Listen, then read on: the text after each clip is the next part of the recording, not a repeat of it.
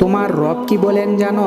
তিনি বলেন, তুমি যাকে তোমার চেয়েও বেশি ভালোবাসবে আমি তাকেই তোমার কাছ থেকে দূরে নিয়ে যাব আর তোমাকে খুব একা করে রাখবো। তিনি বলেন, কখনো বলো না তাকে ছাড়া আমি বাঁচবো না, কারণ আমি তোমাকে তাকেই ছাড়া বাঁচিয়ে রাখবো। আর সেই পেছনের সব আবেগ কেড়ে নিয়ে আমি তোমাকে সামনে এগিয়ে নিয়ে যাব।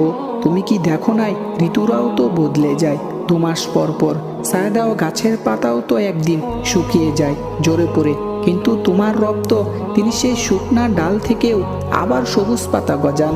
তুমি যে মানুষটাকে একদিন জীবনের চেয়েও বেশি ভালোবেসেছিলে, একদিন তাকেই দেখো সে অচেনা হয়ে যায়, তোমার মনটা ভেঙে যায়। বন্ধু হয়ে যাওয়া মানুষটা শত্রু হয়ে দাঁড়ান সামনে, আবার একদিন সেই শত্রু বন্ধু সাজে, যাকে তুমি ভাবতে ও ছাড়া আমি থাকতে পারবো না, একদিন সেই মানুষটাই বিশ্বাসঘাতক হয়ে যায়। তাও তুমি মানুষের উপর ভরসা করো বারবার, যাদের হাত ধরে ফিরে আসা কষ্ট। তুমি বুঝো না কেন?